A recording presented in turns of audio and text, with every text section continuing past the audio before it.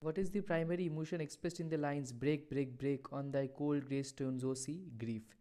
What does the poet wish to he could do in the lines and I would that my tongue could utter? Express his thoughts. In which poem do the lines break, break, break appear? The poem Break, Break, Break by Alfred Lord Tennyson. What do cold grey stones symbolize in the poem? The permanence of death. But who is the poet mourning in Break, Break, Break? His friend Arthur Hallam. What literary device is used in the phrase break, break, break? Repetition.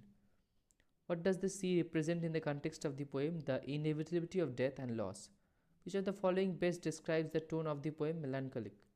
In the lines provided, what does the poet wish to articulate? His inner thoughts and feelings about loss. What effect does the imagery of cold grey stones have on the reader? It evokes feelings of despair and coldness associated with grief. What implied by the phrase thoughts that arise in me? The poet is overwhelmed by emotions he cannot express. How does the structure of the poem contribute to its meaning? It employs short, abrupt lines to reflect the speaker's fragmented emotions. Who is the fisherman's boy playing with? His sister. What does the sailor led to? Sings in his boat. Where does the sailor sing? On the bay. What do the stately ships do? Go to their heaven. What does the speaker long for?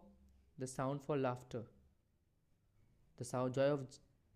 What does the speaker long for? A vanished hand and voice.